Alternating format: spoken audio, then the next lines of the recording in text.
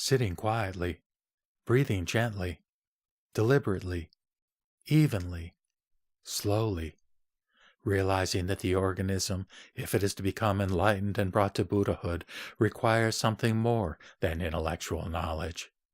Namely, it requires wisdom. Knowledge about truth is not truth itself. If one is to attain wisdom, he or she must realize truth itself, and that requires another process than intellection. Namely, it requires intuition. By intuition, the mind becomes identified with truth and attains wisdom by itself becoming truth. But this process transmuting intellection into intuition and knowledge into wisdom is not the self. Neither are all the processes of the body and mind working together harmoniously a self. They are, after all, only an aggregation and a concatenation of fortuitous causes and conditions, and are not a self. Nor are they anything that a self can accomplish by volition or effort. It is only a spontaneous activity that goes on best as we rest quietly, restraining all rising thoughts, ignoring all risen thoughts, keeping the mind fixed on its pure essence, realizing that the organism with all its activities is only a skillful device, an efficient means, which Buddhahood employs in fulfillment of its nature to emancipate and enlighten all sentient beings and bring them to Buddhahood.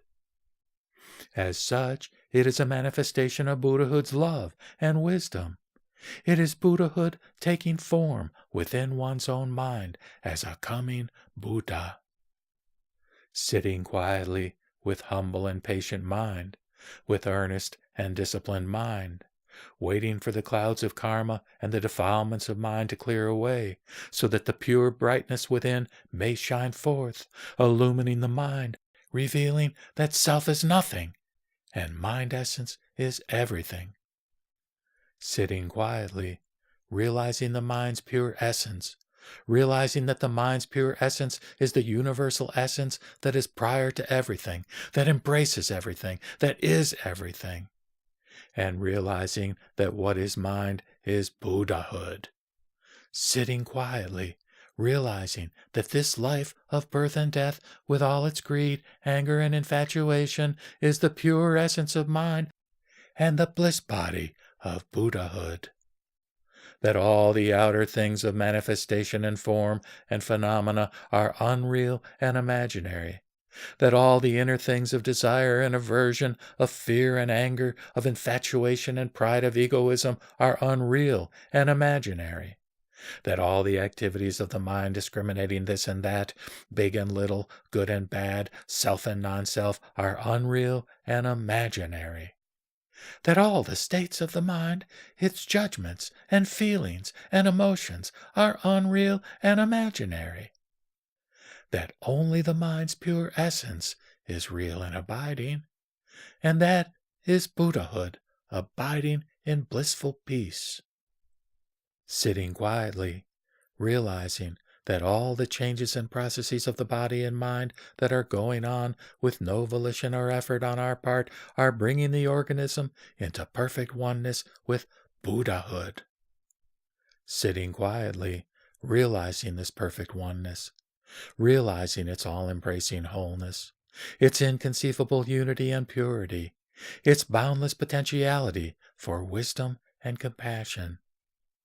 Wisdom going forth in individuations of ignorance and discriminations of knowledge that eventuate in multiplicities of thought, desires, activities, karma, rebirth in the Saha world of suffering.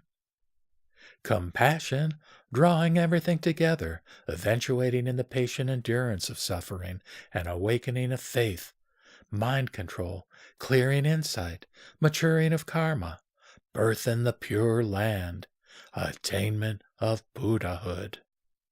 The going forth and the drawing in being so perfectly balanced that all abides in the original emptiness and silence. Sitting quietly, realizing the basic emptiness and eternal silence, realizing its unbornness, its imagelessness, its egolessness, realizing that in its perfect purity and unity there is neither self nor not self, neither ignorance nor enlightenment, neither a Saha world of suffering nor a pure land of bliss, but potentially all are present in fullness. Realizing that in its perfect unity this Saha world of suffering is the pure land of bliss, realizing that what is radiation is integration, that what is wisdom is compassion. Wisdom and compassion urging one to yield to its radiating potency, that it may go forth for the enlightenment of all sentient beings. Wisdom and compassion supporting one as he or she advances along the bodhisattva stages, submitting to its integrating potency for the sake of Buddhahood. In the long last, having yielded to compassion and submitted to wisdom, attaining Buddhahood, its highest perfect wisdom, its unceasing compassion, its blissful peace, becoming pure essence, its emptiness, its silence. All hail the bliss body of Buddhahood. Namo Sambhogakaya Buddhaya.